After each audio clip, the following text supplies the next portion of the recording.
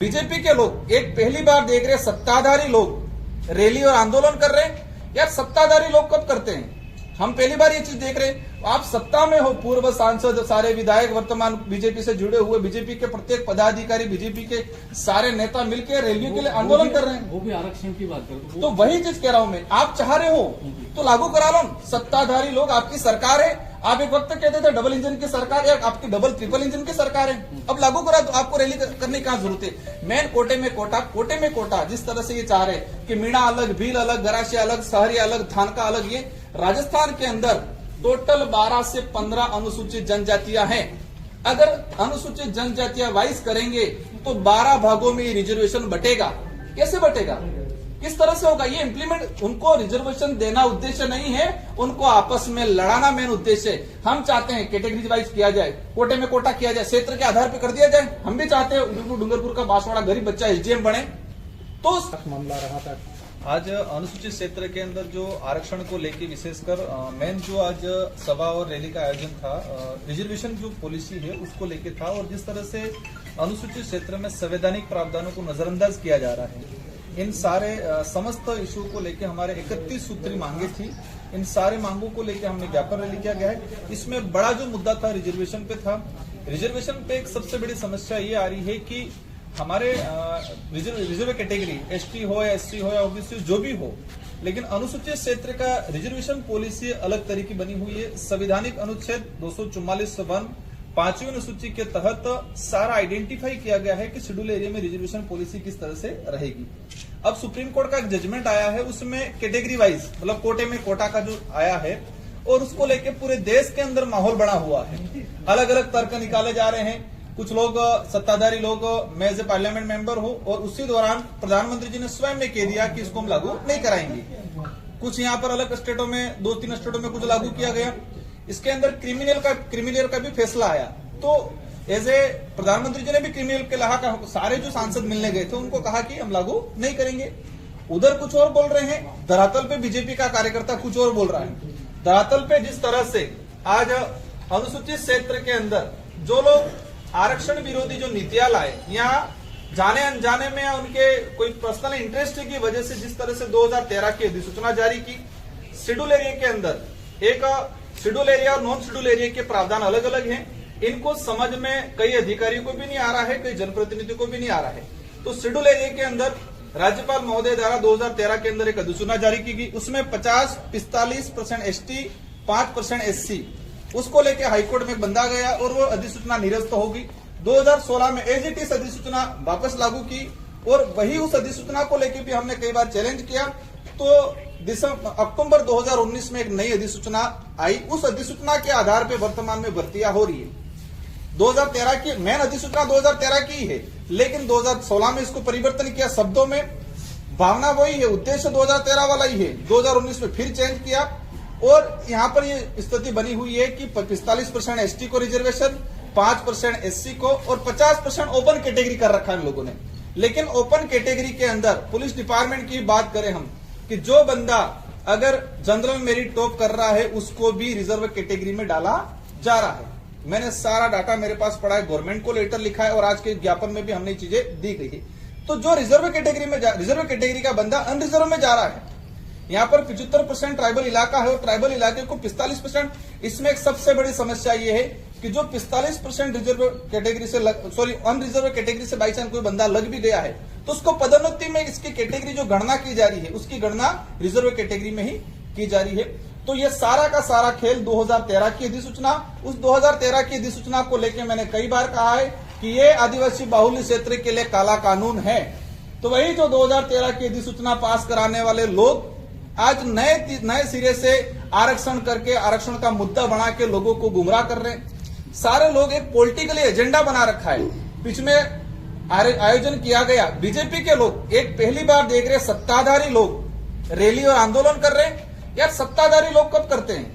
हम पहली बार ये चीज देख रहे हैं। आप सत्ता में हो, पूर्व सांसद, सारे विधायक वर्तमान बीजेपी से जुड़े हुए, बीजेपी के प्रत्येक पदाधिकारी, बीजेपी के सारे नेता मिलकर रैलियों के लिए आंदोलन कर रहे हैं। वो भी आरक्षण की बात करते। तो वही चीज कह रहा हूं मैं, आप चाह रहे हो तो लागू करा लो। सत्ताधारी लोग, आपकी सरकार है।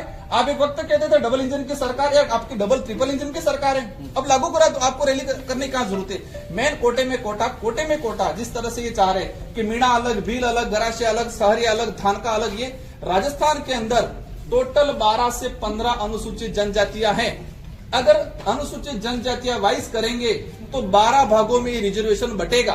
कैसे बटेगा, किस तरह से होगा? ये इम्प्लीमेंट, उनको रिजर्वेशन देना उद्देश्य नहीं है, उनको आपस में लड़ाना मेन उद्देश्य है। हम चाहते हैं कैटेगरी वाइज किया जाए, कोटे में कोटा किया जाए, क्षेत्र के आधार पर कर दिया जाए। हम भी चाहते हैं डूंगरपुर का बांसवाड़ा गरीब बच्चा एसडीएम बने, तो क्षेत्रीय आधार पर किया जाए। अनुसूचित क्षेत्र का अलग हो जाए, डीटीएस ये रेगिस्तान इलाके के ट्राइबल मांग रहे वो अलग हो जाए, गैर अनुसूचित क्षेत्र का अलग हो जाए, और सहरिया का 2019 में शायद कर रखा है, वहां पर सहरिया को अलग से रिजर्वेशन पॉलिसी दे रखी है। तो हम ये 4 भागों में, राजस्थान के अंदर जो मेन रिजर्वेशन प्रशासनिक सेवा में जो मिल रहा है उसको 4 भागों में डिवाइडेशन किया जाए। अनुसूचित क्षेत्र का रिजर्वेशन पॉलिसी है तो जो संविधान की मूल भावना के अकॉर्डिंग इसको लागू किया जाए। ये मूल लड़ाई है हमारी। दूसरे नंबर पे हमारा जो पानी का इश्यू है, 1966 में तत्कालीन मुख्यमंत्री मोहनलाल सुखाड़िया जी थे और गुजरात में पाटिल करके मुख्यमंत्री जी थे। माही डैम बनाया, लोग हमारे विस्थापित हुए, यहाँ प्रताड़ित हुए, आज भी उन लोगों को मुआवजा नहीं मिला है, और 40 टीएमसी पानी गुजरात उपयोग कर रहा है। करना बनाया, करना के लोग विस्थापित हुए, बांसवाड़ा डूंगरपुर के लोग 100% पानी गुजरात उपयोग कर रहा है। उस समय समझौता हुआ, उस समय यहाँ का लोग जागरूक थे नहीं, इस चीज को समझ नहीं पाए। तो ये समझौतों के अकॉर्डिंग इस बात को मैंने प्रधानमंत्री जी को भी समझाया है। तो ये लोग इस बात को लेकर आंदोलन कर रहे हैं, आप सरकार बैठी है डबल इंजन की, गुजरात में भी आपकी सरकार है। तो ये समस्त इश्यूओं को लेकर एक भी चीज में कोटे में कोटा हो जाता है तो रोस्टर प्रणाली किस आधार पर लागू होगी? क्योंकि रोस्टर प्रणाली में 12 से 13 सीटें आना अनिवार्य है। अब कोटे में कोटा हो जाएगा, वो सीटें आएगी नहीं, रोस्टर प्रणाली लागू ही नहीं होगी। तो ये समस्त इश्यूओं को लेके और पिछले 2013 से लगा के आज तक की जितने जो भर्तियां हुई है, इन भर्तियों की स्टडी करते हैं तो यहाँ के ट्राइबल के बच्चों को नुकसान हुआ है। एक चीज है ईडब्ल्यूएस सरकार के लिए, मैंने क्वेश्चन पूछा, सरकार ने जवाब दिया ईडब्ल्यूएस लागू नहीं है। पिछले 2 भर्तियों के अंदर ईडब्ल्यूएस दिया गया। ईडब्ल्यूएस के लिए अलग से राज्यपाल महोदय द्वारा कोई अधिसूचना जारी नहीं है, मतलब अंधा कानून चला रहे हैं यहाँ पर। पैसा एक्ट का हमारा जो डाल रखा है, अब ये जितने जो जमीन है, माही कैनाल, हम भी चाहते हैं पानी पहुंचे। भूमि अधिकरण 2013 के अंदर स्पष्ट लिख रखा है कि आपको जन सुनवाई करनी है, आपको पैसा एक्ट के तहत ग्राम सभा से अनुमति लेनी है, इसके बाद आपको। अब लोगों को मुआवजा नहीं लिया है, मुआवजा नहीं मिला है, पैसा एक्ट के तहत ग्राम सभा बनी है, न जन सुनवाई की गई है, और कालाबाजारी के तहत कुछ लोग इधर इधर जमीन लोगों को बिगाड़ रहे हैं। तो ये मैं जहां तक समझता हूं, इन चीजों को हम छोड़ने वाले नहीं, हम पीछे पड़ के रहने वाले। जो भी अधिकारी है, जो भी वो, अगर कानून की अवहेलना, पैसा एक्ट सबके लिए लागू, पैसा एक्ट की अवहेलना करते हैं अधिकारी, तो उनके खिलाफ भी कार्रवाई की जाएगी। बांसवाड़ा विधायक अर्जुन सिंह बामनिया भारत आदिवासी पार्टी को कहते हैं कि लंबी रेस का घोड़ा नहीं है, 5 साल में निपट जाए।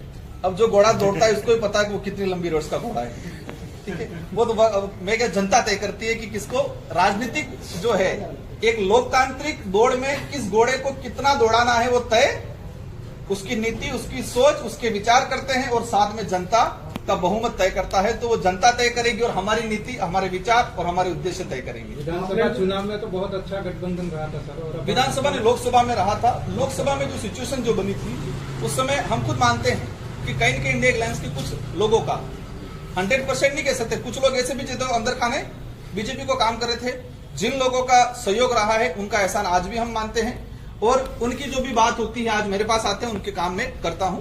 हम एहसानमंद लोग हैं, किसी का मतलब इधर उधर काम नहीं करेंगे और किसी को नजरअंदाज नहीं करेंगे। मैं सबका भी सांसद हूं, मेरे पास जो भी व्यक्ति आएगा, किसी भी विचारधारा, उनका काम करेंगे। अब उनके बोल कैसे हैं, वो क्या है, वो तो वही जाने। बांसवाड़ा को संभाग हटा दिया है, उसके लिए क्या कहेंगे? बांसवाड़ा को संभाग से हटा दिया, उसके लिए क्या? हाँ, बांसवाड़ा संभाग को लेकर भी हमने इस इशू को लेकर हमारे कुछ वक्ताओं ने बताया गया है। आज जब संभाग लाए तो वही नेता उस समय फूल बंटवा रहे थे, माला पहन रहे थे संभाग के नाम पे।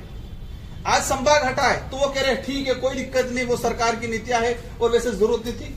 आज राजस्व के इशू अगर माने तो हमारे लोगों को जाना पड़ रहा है, वहां उदयपुर जाना पड़ रहा था। कई राजस्व के इशू यहाँ पर क्लियर हुए थे, कई ऐसे एनआई एक्ट के जो इशू होते थे, कई ऐसे जो पेंशन संबंधित इशू होते थे। अगर संभाग यहाँ पर होता तो एक सरकार की स्कीम धरातल पे सही तरीके से लागू हो पाती।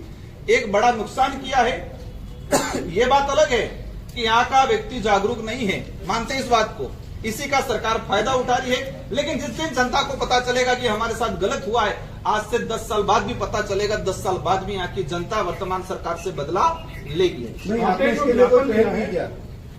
आपने जो ज्ञापन दिया है उसमें 11वें नंबर पे आपने पॉइंट लिखा है कि यहाँ के लोकल के कुछ लोगों ने मीणा शब्द लिखना यूज कर दिया है, सरने मीणा, वो पूरा मामला थोड़ा सा देखो, हमारे वक्ताओं ने बताया था कि अगर इस इलाके में मीणा गोत्र या मीणा समूह के